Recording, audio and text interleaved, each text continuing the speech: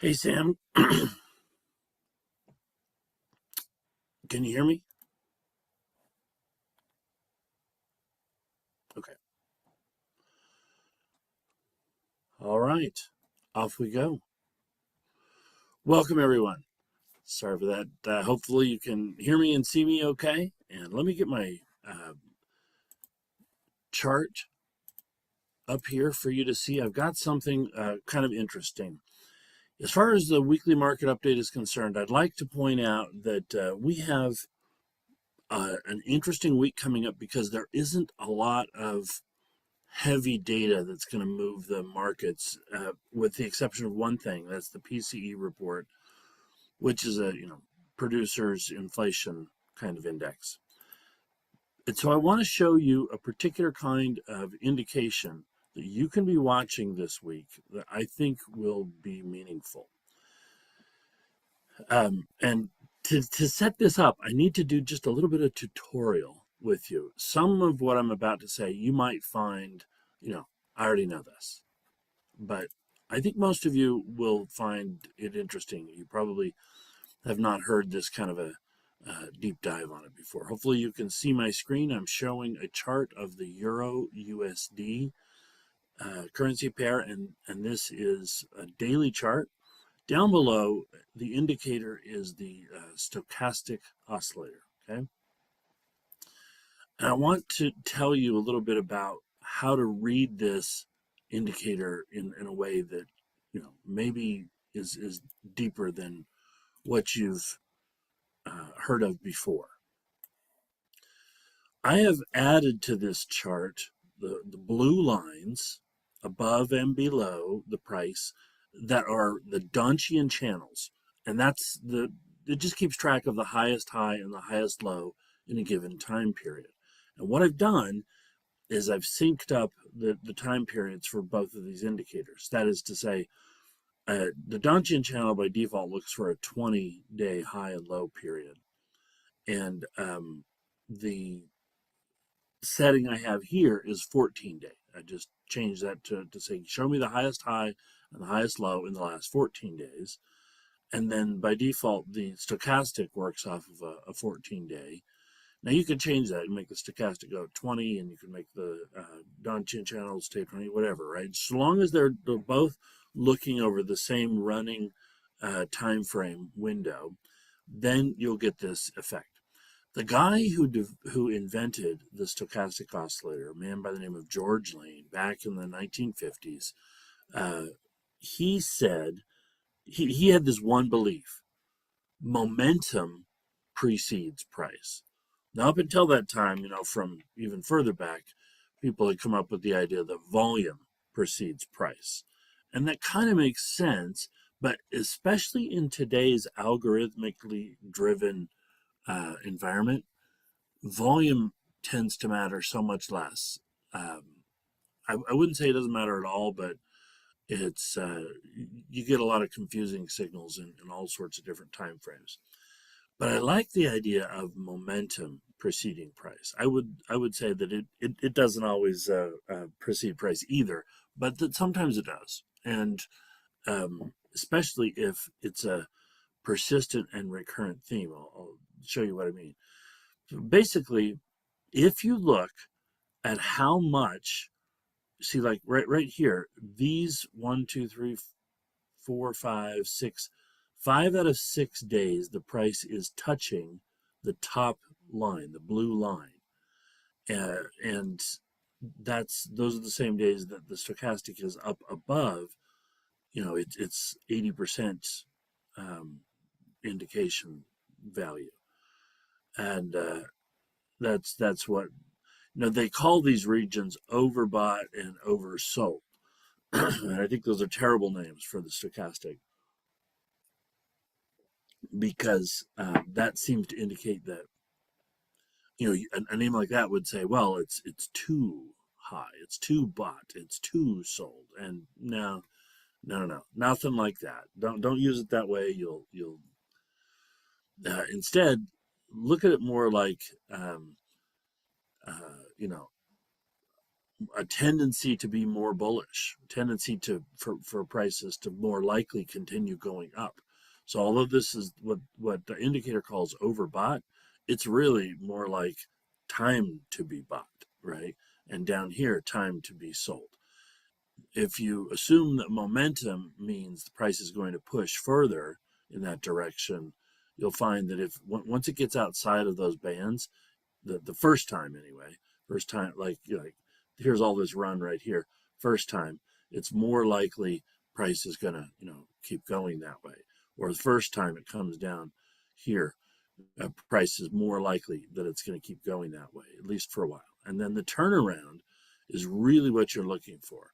It's like at what point is momentum shifting? So here's a great example. The Euro USD is coming down, down, down, down, down. Look what happens right here at the bottom. See this little bit right here. See, at this point, you've got the bottom, pushing down a new low. That's why the blue line comes down, and here we are clear down here.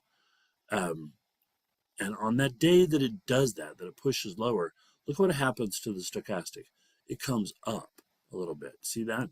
Which means that even though it's pushing lower, momentum is starting to change. And then we come down, we'll come lower still, and this thing is coming up.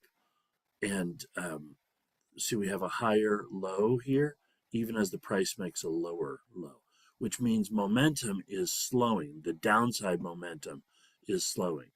And so then finally, when it makes this day right there, it's actually inside the oversold. It's in the blue region, the 2080 region.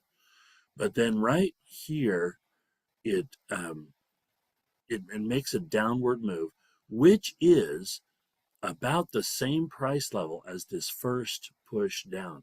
But look at how high at this point the stochastic is, right? This is even before this day comes, right? But this really gives you the idea.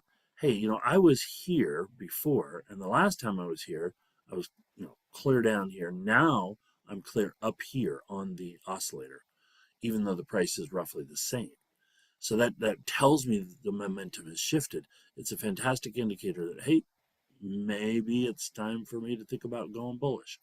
And if you've gotten very fortunate and had that insight right here on that day, well, then this would be a lucky day for you. Really, I mean, it doesn't tell us that we know this day is coming, but it does tell us that this downward trend right here is probably, vulnerable to being broken.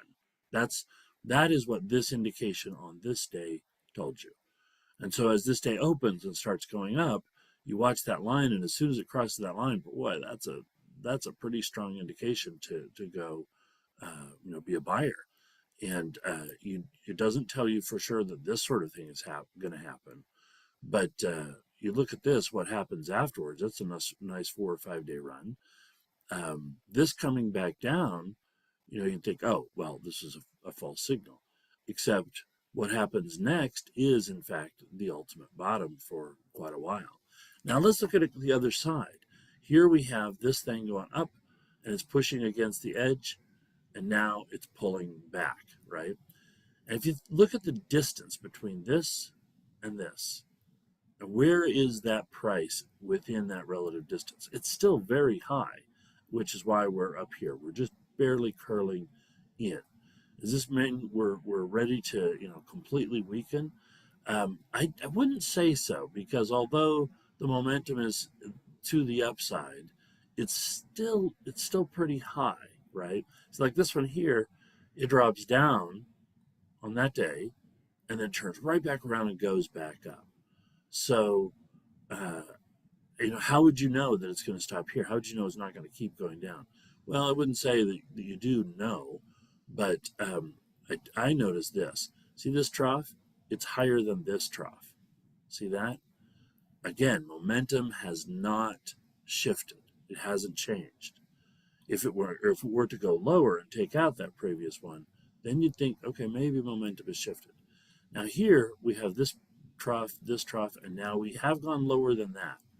and yet that distance is still pretty far away. So momentum has weakened a bit, but is that truly going to be giving it up? I would say that over the course of the next week, as we watch for the PCE data to be reported, we're going to want to watch what is the euro doing, but between now and then. Is that uh, momentum starting to weaken? And then we'll have a sense of, you know, hey, if the day before that's released, which I think that's, let's see here, Tuesday for PCE. We got PMI coming out on Monday, and that'll be something. That will be something. But what's going on here?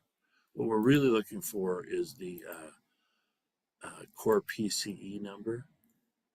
Oh yeah, so that's actually clear on.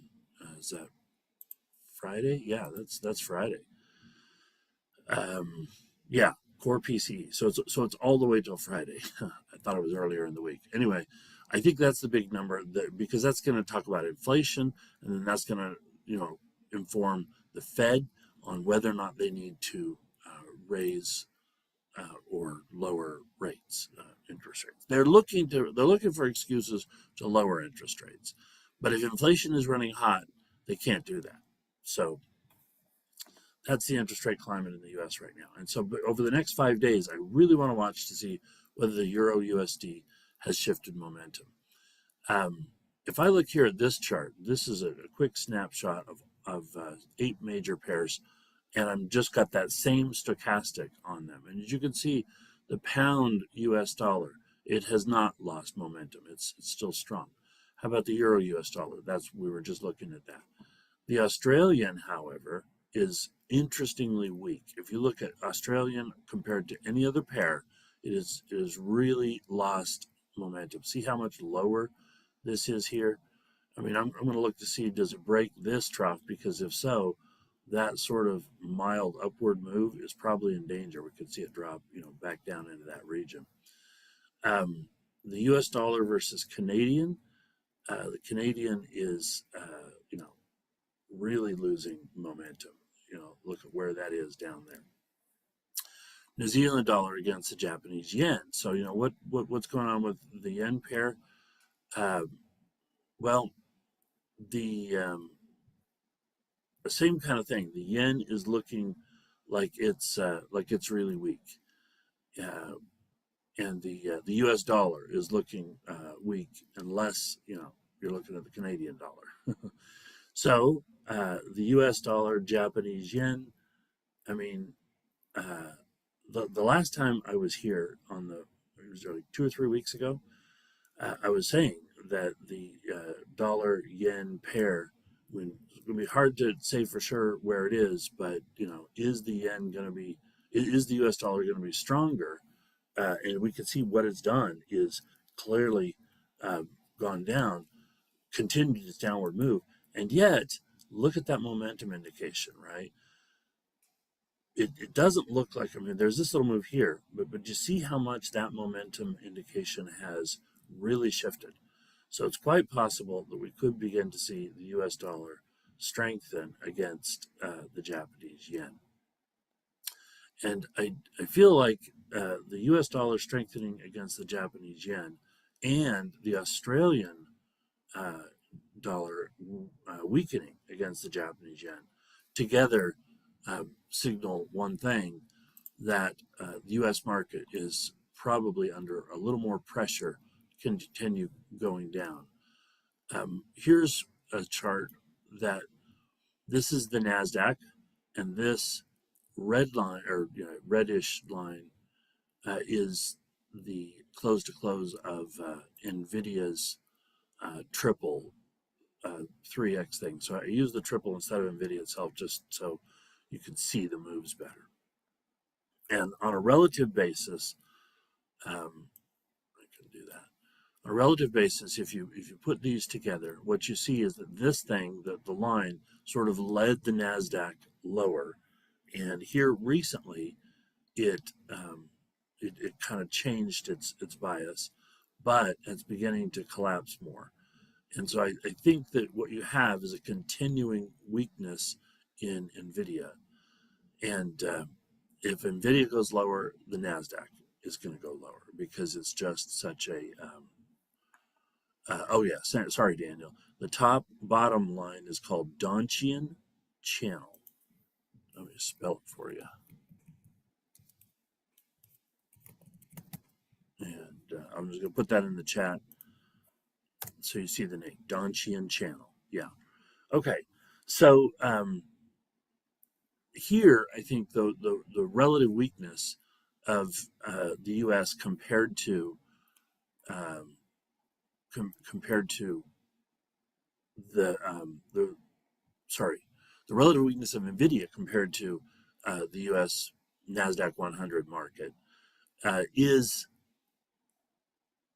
I think, indicating the possibility that this week, we could resume a little bit more downward movement in the U.S. And U.S. dollars tends to strengthen when the stock market gets weaker because that's people moving their money out of stocks and into cash. There's more demand for U.S. dollar. It's kind of counterintuitive because if somehow the U.S. economy is weakening or economic factors are weakening, then you think, oh, that translates over to the U.S. dollar going down, right? And yes, that's true until you're talking about a serious move, right? If you're talking about a serious move downward in stocks, well, we're already right here just on this little drop. We're looking at, um, you know, 10% drawdown on the NASDAQ. And some people feel like, oh, that's it, 10%. We're not going to lose anymore. It's not going to be a bear market. It's just going to be a 10% correction. And right here, you've had several bullish days. It's past week. People have been buying up. Could this really be the bottom? Yeah, maybe. But when I look at that line right there, the Nvidia, which is the leading stock in the Nasdaq 100, I see that bit right there. See how it's up and then it's down, and prices didn't go up as far. And even though we had this one big day, we're still relatively weak right there. So I'm curious. I'm very curious to see whether or not the U.S. market can rebound. But if it doesn't, and I think that there's a good chance it won't, then we would see potentially the U.S. dollar strengthen because people are, moving money to cash, and that could bring this, momentum indicator showing us something that, hey, the momentum has already shifted in the U.S. dollar, Japanese yen. So anyway, that's my market outlook. Keep an eye on over the next 5 days how the market responds in anticipation of that inflation number, and of course how it reacts on Monday to the PMI number, which is a producer. Well, let me just click on it here. And the level of diffusion index based on surveyed purchasing managers in the manufacturing industry. Okay, so it's manufacturers saying, hey, are we going to be purchasing more or not? Are we, but the manufacturing sector in the U.S. anyway has become a little less important over the past decade. It's not unimportant. That's why, they've still got a red here. But I feel like the markets they really are not going to have a lot of news. The U.S. markets are not going to have a lot of news to be pushing them around. So whatever is happening over the next 2 or 3 days is more just people's attitudes and sentiments over what is likely to continue occurring. So they're important days to watch because when whatever the price does when there's no news, that reflects what people's beliefs are. And what people's beliefs are how they filter the news when it comes out. So really important days for us to watch over the next 2 or 3. And an easy way to see them is this momentum oscillator, or the stochastics viewed as a momentum oscillator. I hope that's useful to you, and that you use it to trade well in this coming week. And before we quit, any questions that you might have based on what I was saying there, just real quick.